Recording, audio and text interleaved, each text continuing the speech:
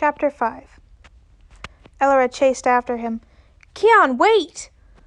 For a kid, he was fast, and didn't have to deal with the drag of her wings. She almost thought he'd get away, until he faltered, stopping a distance away. What did you do to me? He demanded, looking more afraid than angry, like his tone suggested. Me? Elora asked, completely confused. She didn't stop running, though, trying to catch up while he was still. I didn't do anything, you did. You did, Keon accused. I know it. You meant it for me. You were just waiting till I let my guard down. Why would you think that? Elora asked, finally close to him. Because it felt just like my mom's. You must have taken something from me earlier. He ran again, just before Elora could reach him. I didn't, Elora insisted, getting out of breath from all the running and shouting. I can't even do that kind of magic, much less that well. But now she knew he definitely could. He was magical somehow, more than even the oldest professors, almost like it was inherent in him. His suspicion about names came back to her. Maybe he hadn't thought she was part fairy. Maybe he was. But how had a fairy gone undetected here for so long? He'd been here at least a week, and there hadn't even been a rumor about him. He looked perfectly human, too. Elora forced herself to run faster. And the magic had felt like his mother? Why would her little ability to feel magic feel like... The harp. It had thrummed almost immediately, and he hadn't run until it did, though the idea of her having happened across his mother's bones made Elora shudder.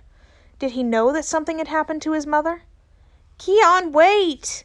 Elora called after him, very grateful that the halls were empty at that moment. If she would have had to dodge as well as chase, she would have surely lost him by now. Only after you tell me what you did, Keon yelled back. But she hadn't done anything. Well, she'd done something. I made a magic harp. She didn't think he would hear her, since she hadn't yelled, but he slowed significantly. What does it do? I don't know, Elora gasped, thoroughly winded. I was trying to find out. Keon stopped running, and Elora was finally able to catch up to him, gasping for air. Keon, on the other hand, while breathing hard, wasn't nearly as affected by the running.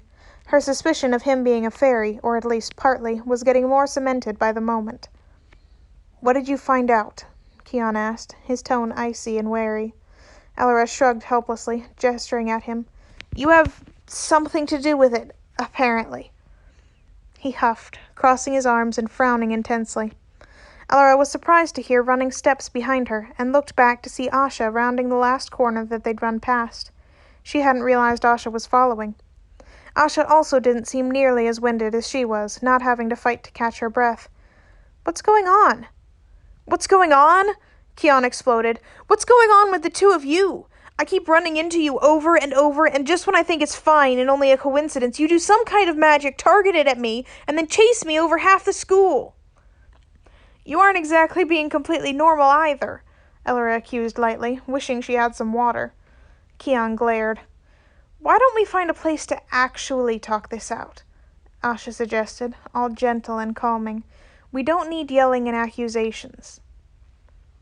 Elora felt rather embarrassed. Asha was obviously right, but she hadn't expected even that light scolding. Keon also looked chided, though still defensive. Elora led the way to a close-by classroom, empty this year. It would have been used by the third years, but the class that year had been sparse, and this room was unneeded. Asha tugged 3 chairs into a loose circle and sat in one. Elora sat, and then Keon, watching them suspiciously. Elora spoke first, trying to extend an olive branch. If you explain why you're here, I'll tell you about the harp. Keon's expression suddenly changed. The defensiveness and anger faded away into the more confident, almost childish politeness Elora had seen first from him. It's a deal, Asha, Elora, provided you promise that not a single detail of my story leaves this room. Elora glanced at Asha, who shrugged, equally confused, and they both nodded. The slightest twitch of a smug smile pulled at the corner of Keon's mouth, making Elora wonder what she was missing. I was exchanged for a human when I was born, Keon said evenly. I didn't know of it until a few years ago. I have no attachment to that family and little to my original family, but I would like to find my brother. He's likely in the fairy kingdom somewhere, but I can't get inside looking like this. I can't find the entrances, and no one will lead me. I was hoping to find a way to search for him. My birth mother, I've learned, was also searching for me. She was against the changing, but never succeeded in reversing the decision. Elora was feeling worse and worse about the story she had to tell. I don't have the skills or nearly enough inherent power to force my way through to find either of them, so I was hoping to find something here that would let me get around that lack, Keon finished. He sat back in his chair, his mannerisms now the smooth confidence of one much older. I think I may have found your mother, in a way, Elora said hesitantly. His gaze became very intent, revealing his calm and confidence to be a bluff. As a part of the spell that gave me these, Elora said, rustling her wings slightly, I can sense magic in things or people when I touch them, and sometimes I get an impression of a feeling when I do. Keon nodded, encouraging her to continue. I found a bone in the stream here a while ago. I followed the impressions I got from it, and I made it into a harp. It responded when I touched you. Her face creased in pity. It was the harp? Keon asked, the words coming out in a weak breath. And I thought this whole time the cat was leading me to you. He was? Elora said, confused. Before today? Keon nodded. Several times. That's why I came to ask you for help with the book I couldn't find. He really must be special, Elora mused.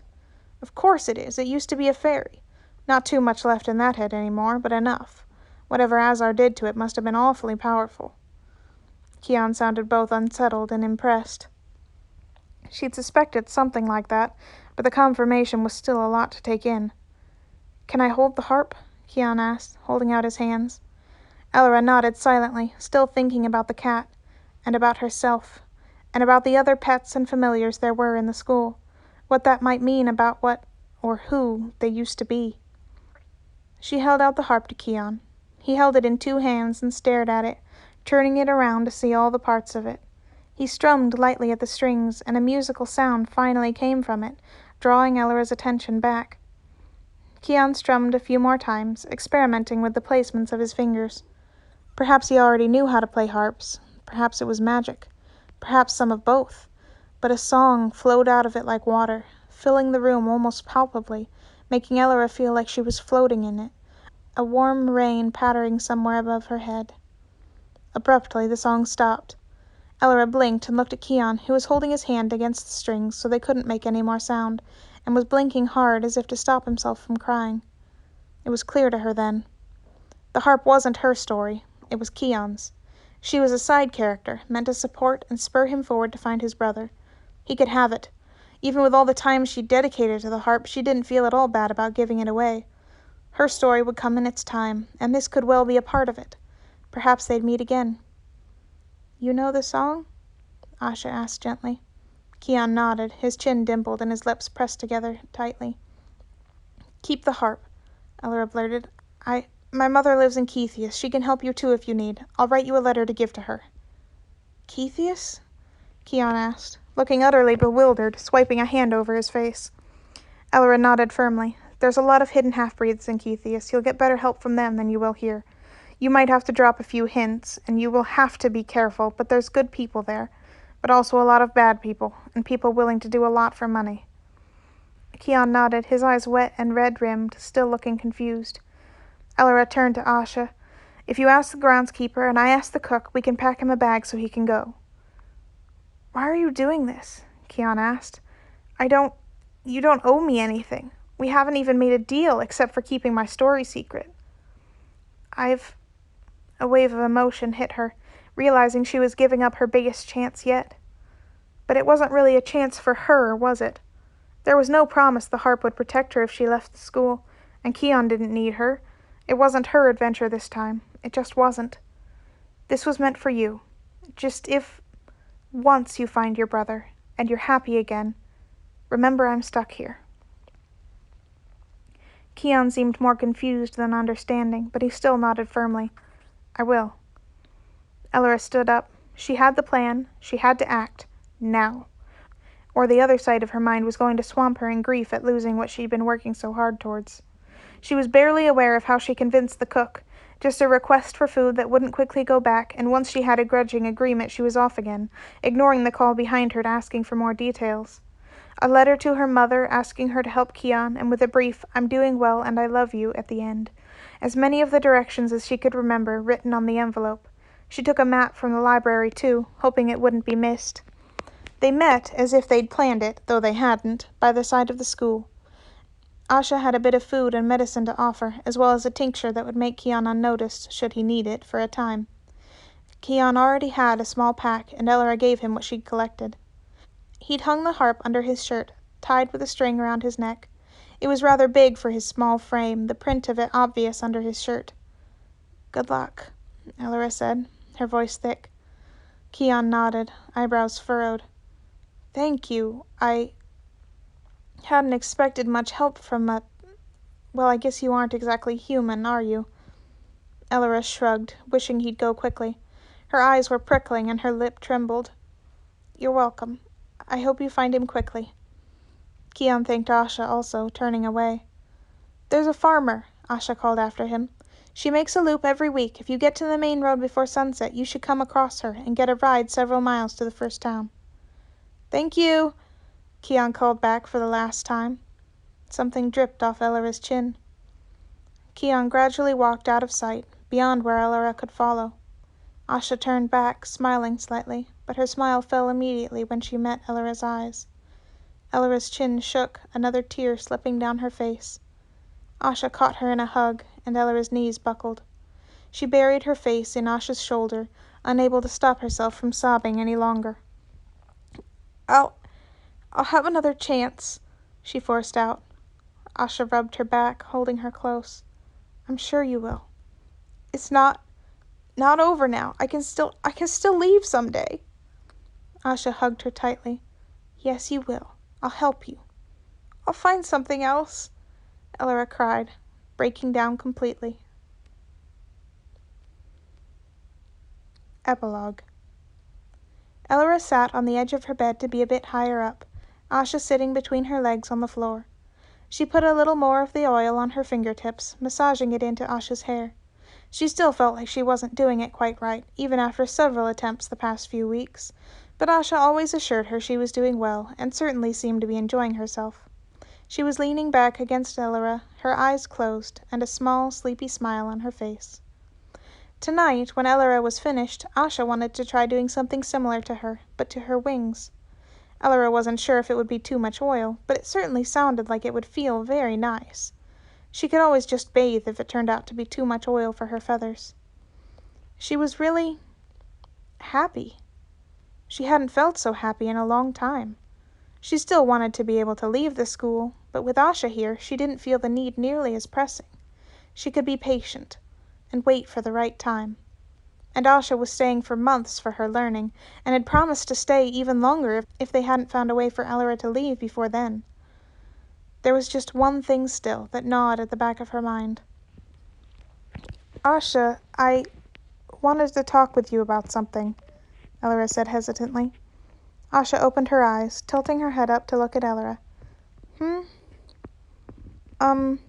So, you know how we're friends?" Asha frowned slightly. "Yes. This isn't friends to me. I don't expect anything else from you. Actually, I know you were just wanting friends, so if you aren't okay with this, I'd understand that. But I really like the relationship we have, and I want it to stay like it is. Just what it is, it's not what I'd call friends." Elora couldn't keep looking Asha in the face. She stared instead at her blanket. "What would you call it?" Asha asked, her voice very neutral and not giving away what she was thinking. "I don't know," Elora admitted. "It's not like I want to marry you, but I like how this is. A lot. And I don't think I'd have a relationship like this with anyone else." Asha slowly nodded. "I think I might understand you. If this won't grow into something where you want marriage. And you won't want me to kiss you, right? Not even in the future?" Elora shook her head immediately. "Definitely not if you'd be uncomfortable with it. I have sometimes wanted to kiss your forehead, but if you don't want that, I won't." Asha looked very thoughtful. "I don't want that. Not now, at least. Elora nodded quickly. But I guess if you're okay with me not wanting this to go there, and you stay okay with that, I'm okay with you not seeing this as friends. Elora sagged in relief. Asha's thoughtful look grew softer. It's just a different kind of love. There's a lot more kinds, I think, than most people say. Elora agreed. A different kind of love. Asha smiled, and the gnawing in the back of Elora's mind melted into a puddle of happiness. She started massaging Asha's head again. Yes, with Asha and her different kind of love, she'd be very happy even if it took her a long time to get out of here.